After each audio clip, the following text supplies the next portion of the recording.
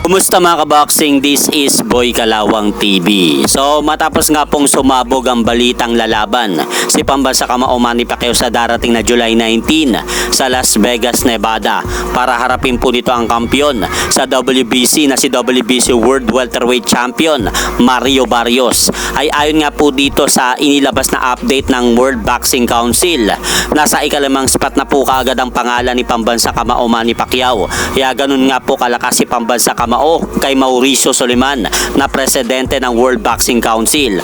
Dahil isipin nyo mga idol ha, hindi pa napapalaban si pambansa kamao Manny Pacquiao sa mga top contender sa naturang titulo, ay pasok na po kaagad ang pangalan nito sa top 10 ranking ng WBC. At sa kabilang balita naman, ayon nga po dito sa inilabas na report mga idol ng Viva Promotion, muling magbabalik sa ibabaw ng lona itong ating pambatong Pinoy na boksingero sa middleweight division na si undefeated Pinoy middleweight prospect Weljon "The Triggerman" Mindoro para harapin po nito sa buwan ng June 7 ang pambato ng Mexico na si Omar Ulysses Munguia sa San Antonio, Texas, na may kartada rin pong malinis na 8-0-1 draw with 6 knockout. Kaya magandang pagkakataon nga po ito para kay Weljon Mindoro. At sa kabilang banda naman, abangan po natin mamaya-maya ang laban naman ni Sam Goodman dito kay Cesar Baca sa bansa Australia.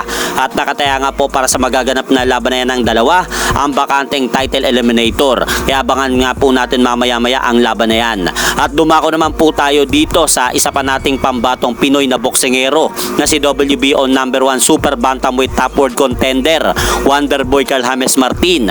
Dahil kahapon nga lang po mga idol nag-post ito ng kanyang ginagawang pagte-training para sa kanyang paparating na laban ngayong darating na May 31 sa Las Vegas kontra sa Mexicanong boksingero na si Francisco Pedrosa Portillo. At dito mga idol, makikita po natin na puspusan nga po ang ginagawang pag-iensayo ni Wonderboy para sa kanyang darating na laban. At humihingi nga po ito sa ating mga kababayan ng suporta at dasal para sa kanyang US debut na laban. At hanggang dito na lang po muna ang aking update sa mga aganapan sa mundo ng boxing. At syempre mga idol, huwag nyo rin po kalimutan, pakisuportahan nyo naman po muna ang ating munting channel. Maraming salamat po.